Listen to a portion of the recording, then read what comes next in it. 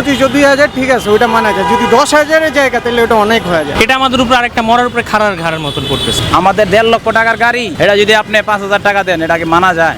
এখন এটা আমাদের উপরে চাপাই দেওয়া হচ্ছে আর কি। সরকার যদি আমাদের দিকে না তাকায়, উল্টা যদি আরো ট্যাক্স বসায় দেয়, তাহলে তো আমরা মাঠে মারা যাবো।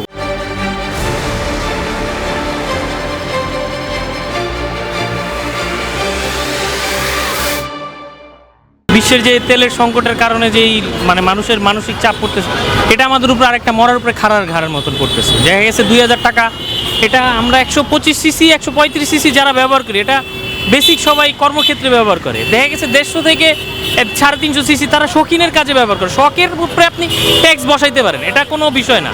শখের উপরে ট্যাক্স আসতে পারে, কিন্তু কর্মের ক্ষেত্রে ট্যাক্স বসানোটা তো ঠিক না। এটা আমাদের উপরে একটা বাড়তি চাপ আইসা পড়ে। এখন দেখা গেছে তেলের দাম বাড়ছে, ভাড়া আমাদের বাড়ে নাই। আমাদের যে আগের ভাড়া, সেই আগের ভাড়াই আছে। আরও বরং আরও যাত্রীরা কম বলে আমাদেরকে ভাড়ার প্রতি। এটা ট্যাক্সের আমাদের উপরে একটা জুলুম। এটা যদি গভর্নমেন্ট একটু চিন্তা ভাবনা করে তাহলে অনেক কিছু করা যেতে পারে। যেভাবে দৈনন্দিন জীবনে আমাদের খরচ বাড়তেছে, ওই হিসাবে আমাদের ইনকাম সোর্স বাড়তেছে না, আরও কমতেছে। তেলের রেট বাড়ছে, সব কিছুতে মনে করেন আমাদের খরচ শুধু বাড়তেছে, কিন্তু ইনকাম সোর্স আরও কমতেছে। এখন একটা যাত্রীকে মনে করেন আগে যেটা 150 টাকা নেওয়া যেত, 100 টাকা 120 টাকা নিতে হয়।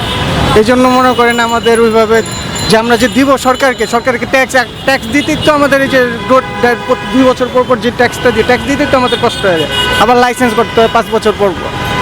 তো নানা রকম খরচের জন্য এটা আসলে অনেক বেশি হয়ে যেতেছে আমাদের জন্য।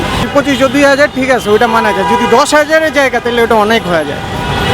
ওটা দিয়ে আবার রাইড শেয়ার করার মতো, ওই রাইড শেয়ার করে ওই টাকাটা উঠানো ওরকমভাবে না। এমনি খুব কষ্টে চলে। তারপরে আপনার বাৎসরিক আপনার হলো টেস্ট টোকেনের টাকা, আপনার ড্রাইভিং লাইসেন্স, তারপরে মাঝে সাঝে মামলা টামলা হয়। এমনিতেও আমাদের মনে করেন যে অল্প উজি আর কি। 1200 টাকা ইনকাম করলে 300-400 টাকা ঢাকাতে থাকা সব মিলে দেখা যায় 400-500 টাকা 600 টাকা চলে যায়। আর এই বর্তমানে এই জামানায় আপনার 500-400-600 টাকা দিয়ে কী হয়? বাচ্চা কাচ্চা আছে, নিজেদের চলতে হয়। সব মিলে আসলে এই যে সরকার যে নতুন একটা ভ্যাটের নিয়ন্ত্রণ করছে আর কি, এটা আসলে যারা বাইক রাইডার আছে এদের জন্য আসলে জুলুম হয়ে যাবে। আমি চাচ্ছি যে সরকার এর প্রতি দৃষ্টি দিক, যাতে এটা না করে হয়তো অন্যদিকে সরকার একটু নজর দেয়। রোদে ঘেমে বৃষ্টিতে ভিজে আপনার যেই কষ্ট করে রাইড শেয়ার করা হয়, এর মাঝে আবার এই কষ্টের টাকা থেকে আবার অ্যাপস কোম্পানি যারা আছে তাদেরকে আবার 20% টাকা দিয়ে দিতে হয়, তারা নিয়ে যায়। এরপর গাড়ির মোবিল খরচ, গাড়ির ইঞ্জিন খরচ, এটা সেটা তো আছেই গাড়ির কাজ।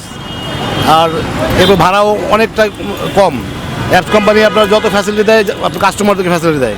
এর মাঝখান থেকে আমরা যতটুকু ইনকাম করি, এর মধ্যে আপনার এই যে বাইকের যে আরও আবার সরকার যদি আমাদের দিকে না তাকায়, উল্টা যদি আরও ট্যাক্স বসায় দেয়, তাহলে তো আমরা মাঠে মারা যাবো। তো বাইক চালানো যাবে না। ছেলে সন্তান নিয়ে এই বাজারে চলতে গেলে আপনি প্রত্যেকে বুঝেন যে কত খরচ। একটা বাচ্চা লেখাপড়া করতে অনেক খরচ। অবশ্যই আশা করি তারা যে অবশ্যই আমাদের দৃষ্টি আকর্ষণ করবে, আমাদের দিকে তাকাবে, আমাদের ভালোটাই যেটা হবে সেটাই করবে ইনশাল্লাহ। আমাদের জন্য এটা শোচনীয় না, মোটেও শোচনীয় না। কারণ হচ্ছে আমরা অনেকে প্রয়োজনে বাইক চালাই। আমরা স্টুডেন্ট, পড়াশোনার পাশাপাশি আমাদের পড়াশোনার খরচ চালানোর জন্য আমরা পার্ট টাইম এই বাইকটা ব্যবহার করি, শখের গাড়ি। তো ওই ক্ষেত্রে এই এক্সট্রা যে টাকা নির্ধারণ করা, এটা আমাদের জন্য অ্যাফোর্ডেবল না, মোটেও উচিত না। এটা আসলে আমাদের উপরে জুলুম করার মতো।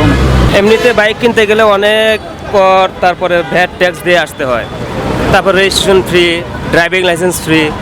আসলে এখন সরকার যে নীতি প্রয়োগ করেছেন, এটি আসলে আমাদের বাইকারদের জন্য আসলে অনেক দুঃখজনক। এটা আসলে গ্রহণযোগ্য নয়। এটা যদি জনগণের জন্য জুলুম হয়ে যায়, সেই নীতি আসলে প্রয়োগ করে জনগণের জন্য আসলে ক্ষতিদায়ক। 2 বছরের কাগজ করি, 2 বছর কাগজ করে 15,000 টাকা যায়। তারপরে আবার দেখা যাচ্ছে 2 বছর পর 2300 টাকা ট্যাক্স টোকেন দিই। তা আমরা তো এমনিতেই ট্যাক্স দিতেছি, তার এখন নতুন করে দিচ্ছি। এটা তো মরার উপরে খাড়ার ঘা। এমন অবস্থা, কি বলবো আর। এখন এটা আমাদের উপরে চাপাই দেওয়া হচ্ছে আর কি।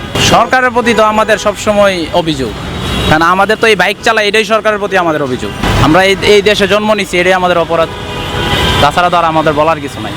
তাছাড়া এখন তো এটা একবার অযৌক্তিক, এটা যে করতেছে এটা অযৌক্তিক। কারণ আমাদের তো ট্যাক্স উপর নিতেছেই, এর মধ্যে আবার কেন একটা বাইকে 1.5 লক্ষ টাকার গাড়ি যদি আমি 5,000 টাকা ট্যাক্স দেওয়া লাগে 125 সিসি বছরে। আবার দেখা গেছে যে আপনি মনে হয় তাহলে আপনি রিক্সাতেও দেন, অটো রিক্সাতে, সিএনজিতে দেন, সব গাড়িতে দেন, আপনি শুধু বাইকের উপরে চাপাই দিতেছেন। কারে আছে ঠিক আছে, ওইটা 1 কোটি টাকার গাড়ি, 2 কোটি টাকার গাড়ি, ওইটাতে যে হিসাব করলে এখন দেওয়া লাগে 5 লাখ টাকা। আমাদের 1.5 লক্ষ টাকার গাড়ি, এটা যদি আপনি 5,000 টাকা দেন, এটা কি মানা যায়? এটা তো আমাদের প্রতি জুলুম করা হবে, তাই তো আমাদের কষ্ট হইব। আশা করি সরকার এটা মানে ইয়ে করুক, মকুব করুক। না, এটা আসলে একেবারে জুলুম।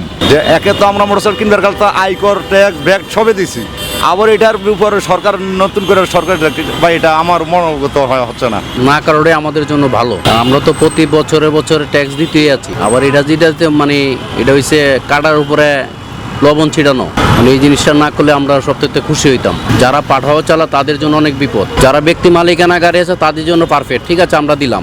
যারা পাঠাও চালা তারা কয় টাকা কামাই করে, কয় টাকা দিবে? ওরা একটা সাইডে দাঁড়াইলে ওদেরকে একটা মামলা দিয়ে দেয় 1500 টাকা 2000 টাকা। তো এইগুলো উচিত, ওরা একটা মামলা যদি দিল ওরা সারাদিন কয় টাকা কামাই করলো। কিন্তু সরকার যদি এগুলো বিবেচনা না করে তাহলে এটা আমার মনে হয় এটা একটা ঝুঁকির ভিতরে পড়ে যাবে।